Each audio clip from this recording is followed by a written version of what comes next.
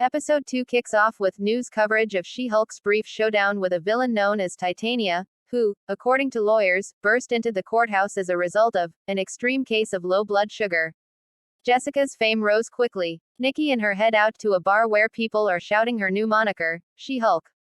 Jessica scoffs at being a derivative of Hulk, which Nikki points out is a dumb name too because this show can't go 5 seconds without undermining the MCU's previous heroes. While CGI Jessica takes a shot, slimeball male coworker Dennis takes his shot and berates his foe for using superpowers to drum up publicity. This is one of those plot beats I'm going to have to unwillingly accept because I can't imagine a world where powers like invulnerability and super strength are treated as little more than inconveniences. See, Jessica didn't go to law school to become a superhero, as if.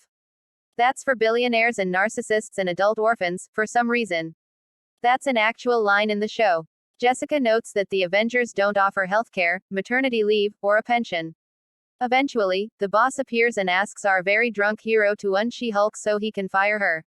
Not only did Jessica lose the case she was working on in the previous episode, but she's also apparently a liability to the law firm.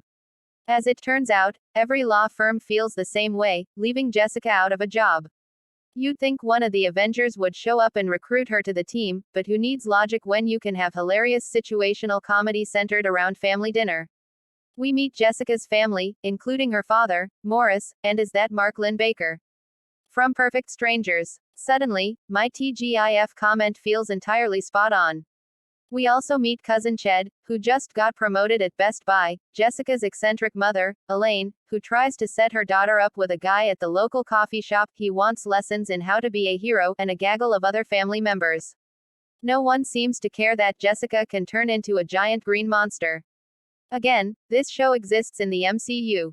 Morris pulls his daughter into the garage where he reminds her, and I suppose that she isn't the first Hulk they've had to deal with in the family. I mean, at least that kind of explains the family's nonchalant attitude. Jessica's upset that she was forced to Hulk out in the courtroom against her will and heads to another bar to drink away her sorrows. This is meant to be the low point. She lost her job, she has no money, she has the ability to Hulk out whenever she wants. Instead, Holden Holloway, who is definitely the show's bad guy, approaches and offers Jessica a job. She accepts and demands her own paralegal, Nikki. I really don't care who your paralegal is, Holden deadpans. The next day, Holden escorts Jessica around her new job site but only after instructing her to morph into She-Hulk. He's launching a new division dedicated to superhuman law, you see. And who better to tackle the new gig than, well, a superhero lawyer. Jessica breaks the fourth wall to complain about the new opportunity.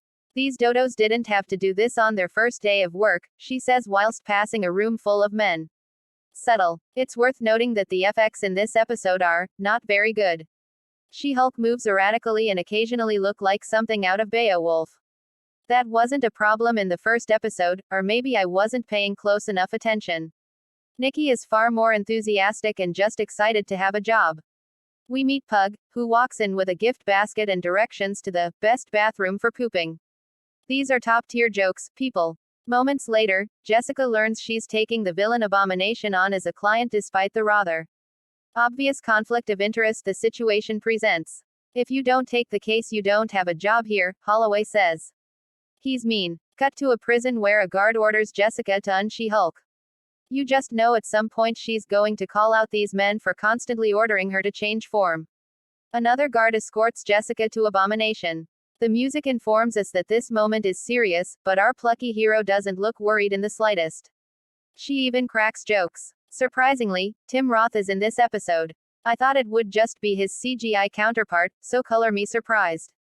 Emil Blonsky recaps the events of 2008's The Incredible Hulk, where the big green guy was played by Edward Norton, and explains that the chemicals pumped into him by the government were the reason he went all Abomination in Harlem.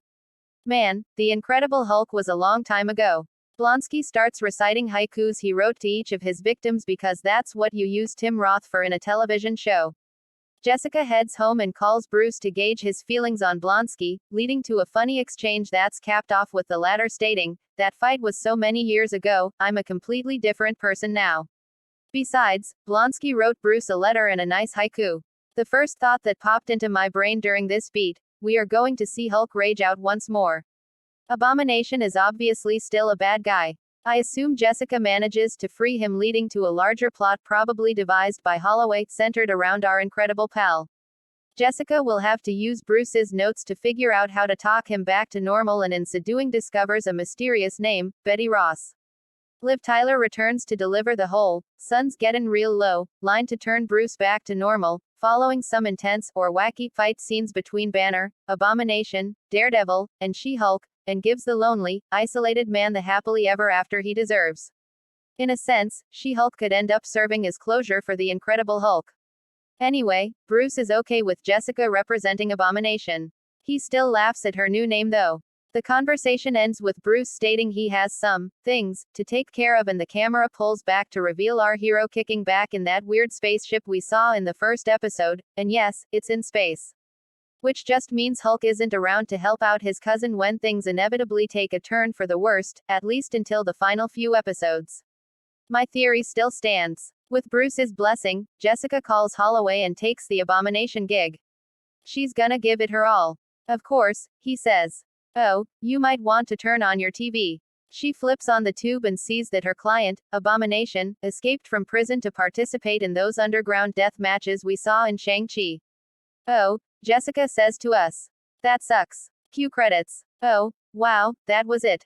Rather abrupt and incredibly short, but okay. A post-credits scene shows She-Hulk doing odd jobs for her father, hanging a large flat-screen TV, picking up a truck while he changes a tire, and carrying an absurd amount of water into his home.